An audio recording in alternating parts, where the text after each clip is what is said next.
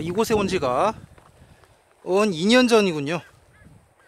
2020년 1월에 촬영을 했으니까 약 2년이 됩니다. 2년 전 영상과 비교해 보신다면 그동안 얼마나 지식이 쌓였는가를 비교해 보시는 것도 흥미 유발점 중 하나가 되지 않을까 싶습니다. 제가 대구에 사는데요. 대구에 살면 좋은 점 중 하나가 이제 근접성입니다. 주보동 교수는 아예 대구에서 경주로 이사 갔다고 하죠. 뭐 직업적 정신의 발휘이겠습니다만은 이렇게라도 오니까 좋네요. 서울 살면 오기 힘든 부분을 메워준다는 점이 좋습니다. 여전히 연천은 먼데 보면은 고구려나 백제나 고려나 조선이나 수도가 다 북쪽에 있어요. 고구려 수도는 국내성, 백제 수도도 처음에는 한성이었죠. 서울에, 강동 쪽에. 그리고 고려 개성, 조선 한양 다 수도가 북쪽에 있습니다. 북상향인데 이 신라만 유독 이 남동쪽 비팅이에 경주에 이곳에 있다는 것도 특이합니다.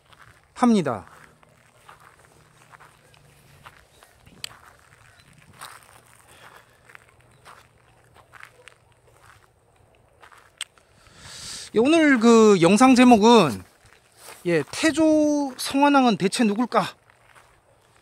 추존이 아닐까? 라는 제목입니다. 왕건이나 이성계, 왕건이나 이성계는 사후 죽으면은 이제 2대 왕, 바로 다음 왕이 이렇게 이렇게 태조라고 시호가 이렇게 되는 것과 다르게, 내려지는 것과 다르게 이 신라는 이 바로 다음 왕이 이렇게 태조로 이렇게 하는 그게 아니었던 게 이제 그 중국식 제도도 이제 뒤늦게 들어와서 그렇다. 그래서 그 문무왕릉을 가볼까 생각도 했었는데 지난번 영상에서도 말했지만 문무왕릉은 어디 있는지 몰라서 어쩌면 존재하지 않겠기에 이곳에 여기에 왔습니다. 태조 성환왕, 태조 성환 이 기록이 있는 왕이 그 비문이 크게 둘이죠. 김인문은 왕이 아니고 김인문 묘비에도 있지만은 그 태조 이 성환 나오는 게 총 5곳인데 둘은 뭐 어쨌든 간에 근접하다고 하지만은 937년 뭐 무슨 비석 뭐 이렇게 근접하지만 어쨌든 간에 정식으로 망한 거는, 신라가 망한 거는 935년이니까 그럼 셋으로 좁혀지는데 둘은 이제 신라가 멸망한 이후에 한 2년 뒤, 신라 멸망 2년 뒤, 뭐 몇 년 뒤 이런 식이거든요. 그러니까 딱 셋만 보자면은 문무왕릉비하고 김인문 묘비하고 이제 이곳 흥덕왕, 흥덕왕 능비 가 되겠습니다. 저는 그래서 왔고요. 그래서 여전히 연천은 먼데 경순왕손 문제는 이제 정리가 됐으니까 연천은 멀지만 경순왕의 후손 경순왕손 문제는 정리가 됐으니까 이제 차분하게 나머지 왕조들을 신라가 박석김인데 박석김 중에서 마지막 최후의 왕이었던 경순왕의 후손은 문제가 정리가 됐으니까 이제 나머지 왕조들 뭐 무열왕계나 아니면은 뭐 석씨나 박씨나 뭐 이런 것들을 이제 차분하게 짚어 가보면 되지 않을까 그렇게 생각을 합니다. 그래서 경순왕릉을 제외한 나머지 왕릉은 죄다 이곳 경주에 있습니다. 신문왕 때 달구벌로 천도하려고 했다가 거센 반대에 취소되었다는 것도 우리는 알고 있습니다. 만약에 그때 대구로 옮겼다면 신라 수도를, 그러면은 제가 대구에서 이것까지 안 오고 또 대구에서 그냥 찍을 수 있는 것도 있겠죠. 자, 어쨌든 그 오늘날 경주 투어 코스는 무열왕 김춘추와 그리고 문무왕 김범민의 스토리를 중심으로 해서 짜여졌습니다. 예, 삼국사기는 무열계 김씨의 관점에서 쓰여진 것입니다. 예, 모씨는 있을 수 없죠. 허용이 되지 못하죠. 예, 또 다른 영이 있을 수 있느냐? 모씨를 김씨에다가 집어넣어 버립니다. 해서 이 부분이 아직 덜 풀려서 매물계, 특히 하대는 포대접이다. 이 하대 왕릉들은 경주 시내가 아닌 변두리에 있습니다. 지금 여기도 보시면은 뭐 주변에 농장이 있고요. 예, 거름 냄새, 똥 냄새 나고 예, 그렇거든요. 그래서 오늘날 경주 시내는 이 관광 코스가 김춘추, 김범민 스토리텔링에 따라 짜여진 도시가 되겠습니다.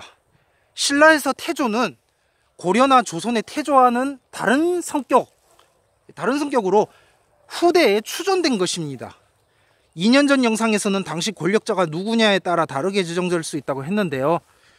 예, 북한에서는 신라 태조가 기말지라고 한 반면 일본에서는 신라 태조를 석탈해로 본다는 말도 했었습니다.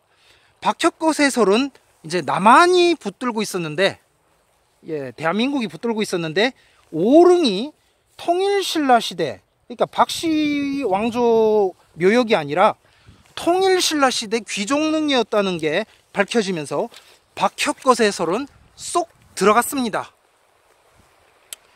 예, 친문은 친박을 이겼습니다. 그러나 이젠 친문이 이재명이나 윤석열에게 당할 판입니다. 예, 박정희라는 개인 인물은 인정하되 다만 근대 인물로만 국항시키는 데에는 성공한 것 같습니다. 예, 한국의 모든 박씨는 병자호란 발발 이후에 현존보를 냈기 때문입니다. 자, 16세기 족보 문제는 해결됐습니다. 2020은 끝났어요. 이제 4세기 고대사를 볼 차례입니다. 해서 안정적으로 주행하도록 하겠습니다. 예, 더 연구해 보니까 2023은 파시즘도 제끼더라. 그러니까 나치즘과 공산주의 둘 모두에 반대하는 것이었다. 자유민주주의다가 되겠습니다. 예, 태조 성한왕을 봅시다. 삼국유사보다는 삼국사기, 그리고 삼국사기보다는 중국의 고대사서와 신라 때 금성문을 우선시한다고 그 예전부터 말해 왔었는데, 그 금성문에 따르면 문무왕은 15세 손이라고 했고, 그 북의 혈통 기준이 아니라 왕의 대수로 본다고 했었습니다. 그리고 이제 흥도강이 문제인데, 흥도강 비문에서 주의할 점은 그 비문이 깨져 있다는 것입니다. 예. 그래서 흥도강이 태조 성한왕의 24대 손이라고 말하기에는 오패가 있다는 것입니다. 성한왕은 역사책에는 나오지 않고 신라시대 당시의 비문에만 나옵니다. 삼국사기 신라본기 신문왕 기사에 잠시 언급되기는 하는데 부연 설명은 없습니다. 그러니까 만약에 이것까지 넣는다면은, 예, 그러면은 이제 문무왕릉비, 그 다음에 삼국사기 신문왕조 기사, 그 다음에 뭐 김인문, 예, 김인문 중간에 들어가나요? 뭐 아무튼 뭐 문먹릉비, 김인문, 그 다음에 신문왕, 뭐 이렇게 되겠네요. 그 다음에 희한하게 흥도강, 예. 다문대 금성문에는 문무왕 비문에 등장합니다. 예, 물론 금성문에는 기말지에 대한 언급이 없습니다. 기말지는 신화로, 예, 역사가 아닌 신화로 고려시대 때 만들어진 게 되겠습니다. 그러니까 신라의 성한왕은 고려 때 기말지로 둔갑하게 된 게 아니냐 해서 우리 모두가 당군의 후손이다 라는 말은 일제시대 때 민족주의자들이 만들어낸 것임을 감안할 때 알지 신화 또한 비껴갈 수 없겠습니다.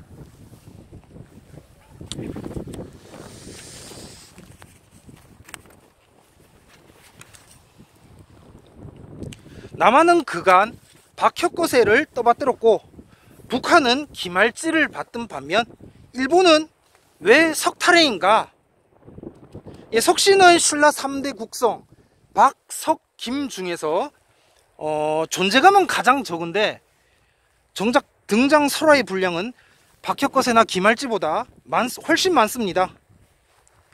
그래서 기리망, 예, 석기립, 이 기리망 때 이제 그 김씨 왕조가 사용했던 계림을 다시 신라로 환원하는데, 예, 사실 그 신라의 국호는 그 석씨 왕조의 시작과 관련되는데 실질적 시조였던 벌휴 이사금 때로 보입니다. 예, 흥미로운 것은 그 탈의 이야기가 문무왕 때 다시 뜬금없이 등장한다는 것입니다. 토암산에 안치하라고 했다는 게 그것입니다. 그래서 이제부터는 그러니까 경순왕손 문제가 2020으로 끝나고 이제부터는 신라사는 호남 쪽보다는 이곳과 일본 간의 문제로, 예, 그 범위가 그 사이즈는 그대로 해서 이제 동쪽으로 이동하게 되었습니다. 호남과 영남에서 이제 영남과 일본이 무대가 되게 된 것인데요.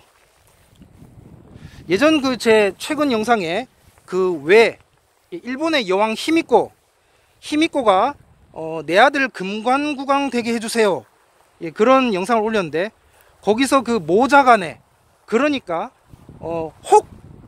혹입니다. 혹단지파를 잉태한 어머니의 느낌입니다. 그래서 대체 금관가야와 석탈에는 무슨 관계이기에, 예, 제가 태조 성환왕이라고 했는데 이 성환왕이 뭐로 시작합니까? 예, 한글로 시읒으로 시작됩니다. 그러니까 이 성환왕이 아니라 석한왕으로 들릴 수도 있습니다. 그래서 그 아직 묘호도 갖춰지지 않은 때임을 감안한다면은, 예, 충분히 생각해 볼 수가 있습니다. 그래서 태조 성환왕이 아니고 태조 석한왕으로 볼 수도 있다. 그간 실리적으로 살아죠. 신라 김씨 왕조의 시조로 추정만 해오다가 이렇게 석한왕으로 생각해 보고 나니까 이제 석탈해가 더 확 다가온다 라는 것을 느낄 수가 있습니다. 예, 신라에서 그 묘호를 사용한 예는 셋입니다. 예, 태종무열왕 김춘추와 그 다음에 열조 원성왕 김경신, 예, 제 이름이 김경식이니까 김경식, 예, 비슷하죠. 예, 아무튼 그리고 태조가 있습니다. 이 태조 성환왕이 있는데 그 태종이야 그 당태종 이세민과 같다고 해서 항의했으나 신문왕이 거절해서 그 사용을 묵인한 바가 있고, 이제 원성왕의 묘호 열조가 이제 그 지난 2015년 최치원이 지은 숭복사 비문에서 이 확인된 칭호가 되겠습니다. 그래서 이 원성왕의 묘호가 열조였다. 이것도 이제 2015년에 와서, 예, 2015년에 와서, 그러니까 박근혜 탄핵되기 2년 전, 예, 불과, 예, 2년 전에 해서 그동안에는 이제 태조와 태종만 알고 있다가, 아, 원성왕 시호가 원성왕의 묘호도 있었구나, 예, 열조 해서 현재까지는 이제 태종, 열조 이렇게 셋 시로 이제 알려지게 되었다.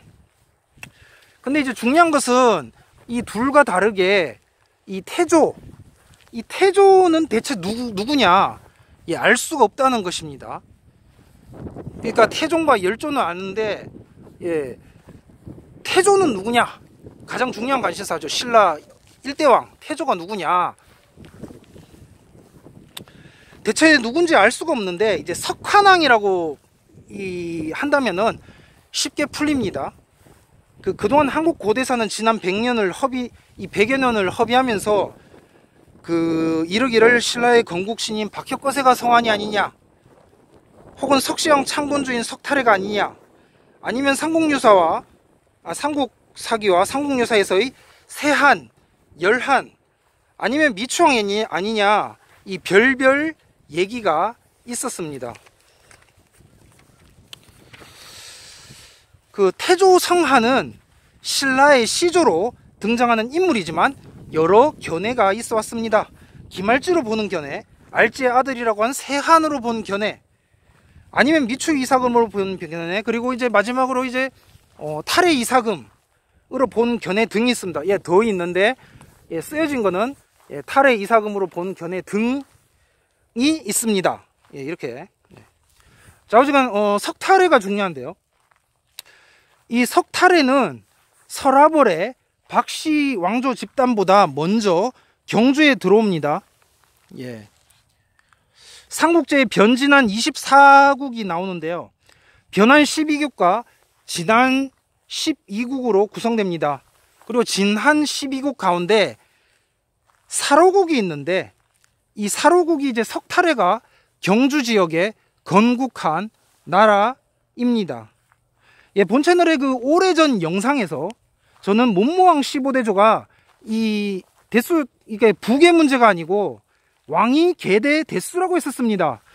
해서 기림 이사금을 지목을 했었는데요. 그 신라 상고기 왕들 가운데 그 신라 봉기와 왕력편의 세대수가 다르게 기록되어 있는 왕이 있는데 셋이에요. 누구냐면 기림 이사금, 내무랑, 그리고 지증마립관입니다.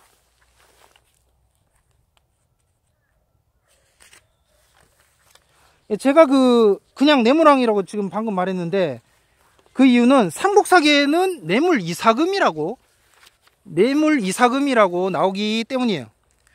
처음에는 이게 왜 이사금이라고 나와 있을까 하고 이해가 잘 되지 않았었는데, 이제 와서 보니까 마립간이라는 말 자체가 모루한을 발음한 것인데, 성이 모씨예요. 모루한을 발음한 것인데, 내무랑이 그 모루한이라는 호칭을 썼을 리가 없죠. 자기가 자기 이름을 마립간으로 해가지고 자기 이렇게 쓰는 게 이게 말이 안 되잖아요.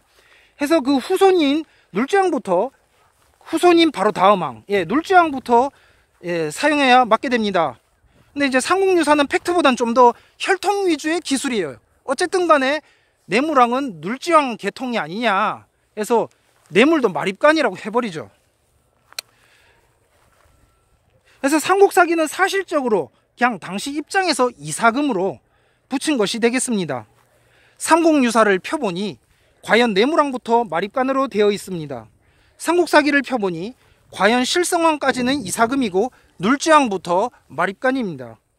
지증왕부터는 삼국사기와 삼국유사 둘의 계보가 모두 일치하는데, 문제는요, 지증왕의 아버지인 갈문왕입니다.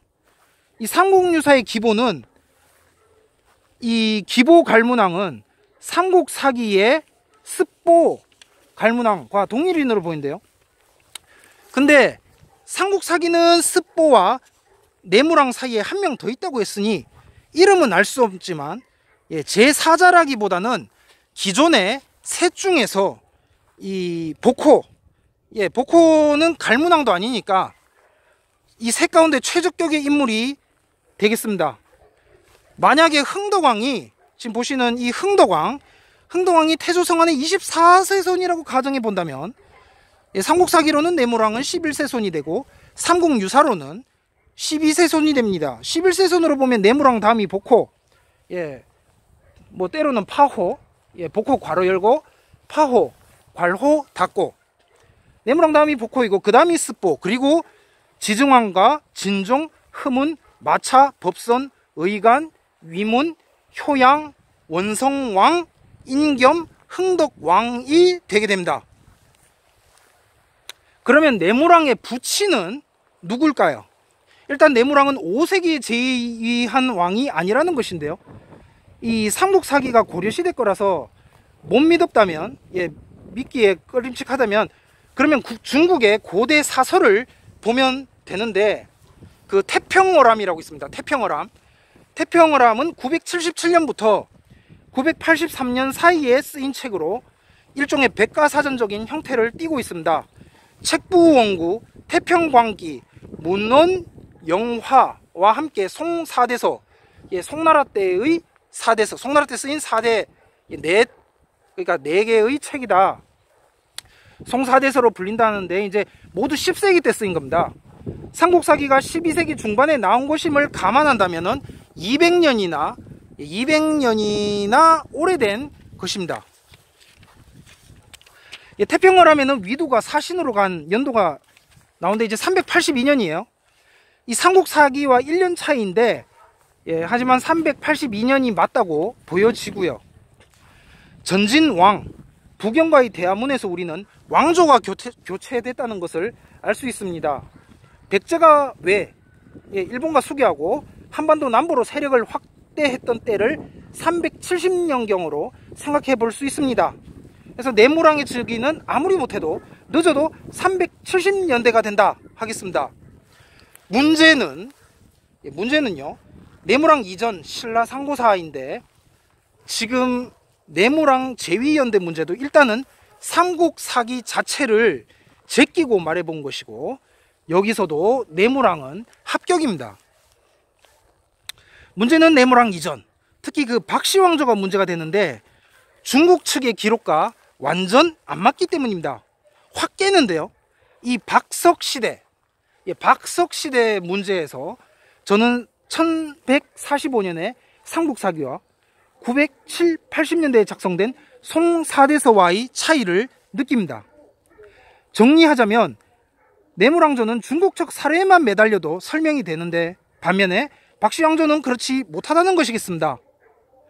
예, 그러나 내무랑의 부친이 누구인지는 문제는 여전히 미상인데, 이 말구각간과는 90년 이상의 차이로 인해서 맞지 않다는 것입니다.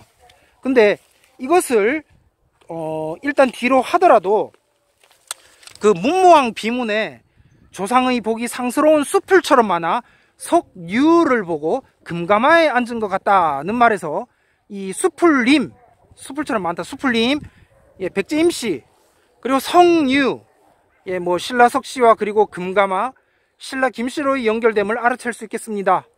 예, 성안왕은 신라 석씨가 되겠습니다. 흔히 성류는 하나라의 우왕이 태어난 곳이라는데, 진양하씨와 단양우씨가 문득 생각나는 부분입니다. 진양하씨, 단양우씨, 이렇게 뭐 우임금, 예, 뭔가 생각이 나는 부분이에요. 하운주. 예. 아무튼 이 문무왕의 기원은, 예, 백제가 되겠습니다.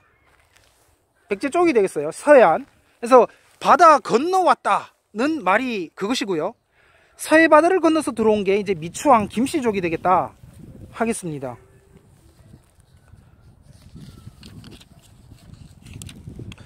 그간 우리는 그 삼국 사기와 삼국 유사에 빠져가지고 대수 문제를 자꾸 혈통으로만 바라보려고 그렇게 자꾸, 그러니까 안 맞는 거예요. 이게 자꾸 그렇게 인지하여 왔는데, 이 문무왕 비문을 자세히 뜯어보니까 이거는 혈통이 아니고 왕통 대수에 관한 것이라는 생각이 들게 됐다는 거죠. 그러니까 내물계와 무열계를 동적으로 보고 혈통 대수로만 접근해서 계산하려고 하니까 이게 계속 안 맞췄던 거예요. 그래서 비록 문무왕의 15대조 조상이 아닌 이제 15대로 올라가는 왕으로 미추를 집게 됐다는 겁니다. 그래서 그 조선 후기 때 쓰여진 신라 김씨 선원세보, 예, 뭐 그런 것도 나중에 알고 보니까, 예, 안 맞다. 뭐 10세손이냐 12세손이냐 이러면서 예, 한 대도 아니고 두 대씩이나 뭐 계속 안 맞았다는 거예요. 뭔가, 예, 삐거덕. 그래서 이거는 그 북의 혈통이 아닌 단순 왕통 문제다 라는 것을 말하고, 예, 재차 짚고 넘어가고 싶습니다. 다음 장소로 이동하겠습니다.